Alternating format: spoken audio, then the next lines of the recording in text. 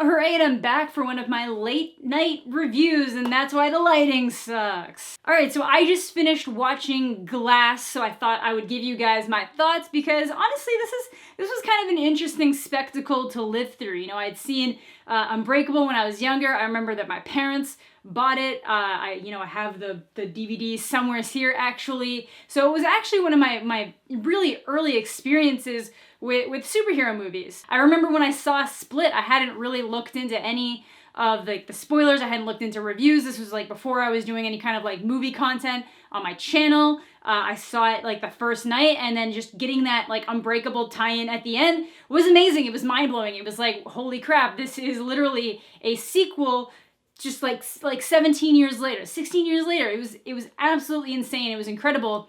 And it was like, I thought it was a really interesting movie. It was kind of cool to see. You got like one movie that has your superhero origin, and you got the next movie that has your villain origin, and then you get the announcement for Glass, which is gonna be the amalgamation of, you get the hero, you get the bad guy mastermind, and you've got like that tortured soul in between. Now I'm gonna be honest, before I went to see this, I was a little bit worried because the reviews that have been coming out have not been kind, have not been good. I didn't read any of them specifically. I just saw that the ratings were very low on Metacritic and on Rotten Tomatoes. Letterboxd was actually decent. It was sitting at like a 3.1, where I think it still is right now. If you guys don't have Letterboxd accounts, it's letterboxd.com. There's an app for it as well. It's like a fantastic resource to log, track, review any kind of movies. It's where I make lists for the movies that I watched in a year, so that's where I was tracking all the movies I was watching in 2018. Really great resource. I'm not sponsored by them or anything. I actually just really enjoy them. I think my link is down below if you guys want to follow me and make your own accounts. I really enjoy it, and I think it just kind of gives you a little bit better perspective on movies and reviews. I think you get kind of the mix of the critics, you get a mix of the people that might consider themselves more film aficionados, but you do get more of the general public there as well. So I personally agree with like the 3.1 rating out of 5. I think that's a good place to put it. This movie was not terrible, it was not fantastic, but I don't know what people are expecting from it. I think that it did what it had to do. Some of it might have been a little bit too pandery.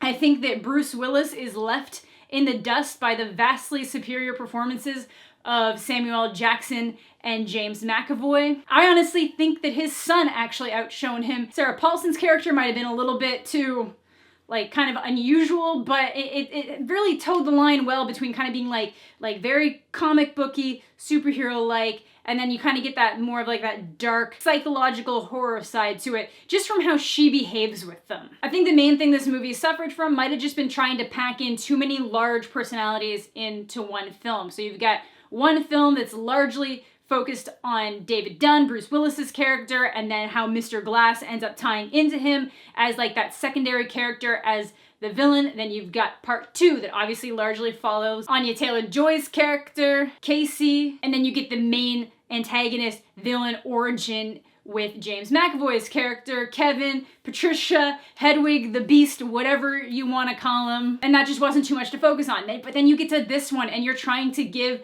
like a good amount of equal screen time to Bruce Willis's character, to the Beast, to Mr. Glass. And I think that kind of makes it a rough progression, but the key is all in the title.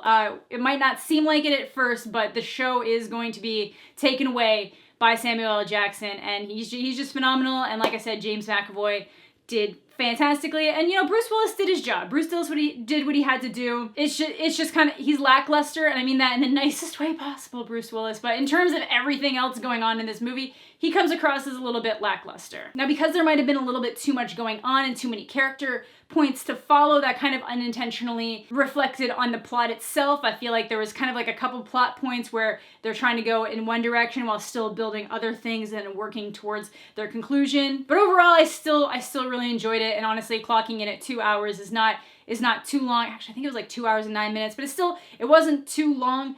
The ending did kind of, it was weird. The ending kind of hit one point where I was like, oh, this is good. And then it kind of hit another point where I was like, this isn't so great, but it's still very comic booky in nature if you really think about it. And then it kind of like swings around for another one and you're like, okay, this is a good ending. I'm okay with this one. I like this. This is good. So while some people might think that they really just drive home the like themes from comic books or the motifs in comic books a little bit too hard, this is you kind of have to do that with this kind of movie. It's not trying to deliver you real life superheroes in the same way that the MCU is, where they just are and society's accepted it. They're trying to package this to you as if it's happening in this world right now, and there's people that are spectacular, and how the world would react to that, and how you have to kind of explain how that's rooted in comic books, which Mr. Glass has always been heavily about. He's very passionate about comic books, and that's why he's always going to bring that kind of framework to the screen for the viewer. All right, one of the things this movie does fantastically is that it both makes you feel sympathetic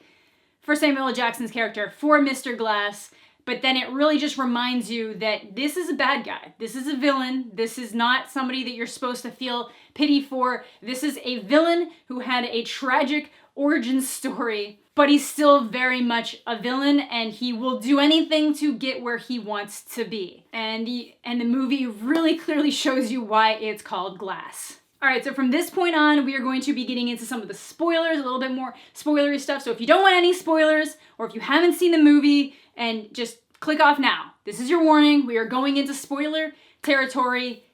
Click off. So like I said, Samuel L. Jackson's Mr. Glass just really drove home his performance in this. He had so many moments to shine, considering at the beginning of the movie, he's pretending to be comatose, basically, as you guys know, if you watched it. And it's, you're like, is he actually? Like, I feel like he's smart enough to get around this. I'm sure there's more going on there. And then you just kind of get little inklings that something's not going right, and then it just kicks in to full gear when he's ready to enact his plan. I think the moment that really drives home the fact that this is a villain, this is not somebody you should really feel bad for, this is not somebody who's maybe slightly, towing out of line and needs some pity, this is a bad person, is when he slashes the nurse's throat.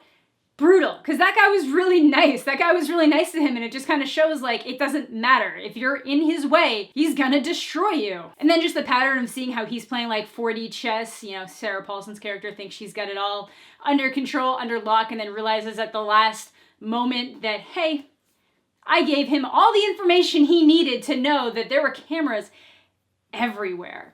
And it's just that moment. So you kind of get this like weird, I still really don't know how I feel about like the secret society that is out there to make sure that there's not people becoming, vigilante superheroes. And I agree with the point that anytime there's a superhero, you're going to get the supervillain to match it. And if there's a supervillain that pops up, you're going to get the hero to match it. I think that's always been one of the arguments for Batman. Do so many crazy, insane villains show up in Gotham City because that's just where they want to be, or do they all show up because of Batman? Is Batman both the solution and the catalyst to these problems? And that kind of is one of the main central themes brought up in this movie. I also really like the concept of trying to convince them, and actually almost having convinced the audience too, that they don't actually have powers. It's just everything can kind of be explained away in some manner or fashion. I didn't believe it, but it's just they did such a good job making the characters believe it that it translates to the audience. So I think they handled that really well. Like I said, I think it got a little bit rocky with the secret society. It was one of those things that they just kind of shoved in there,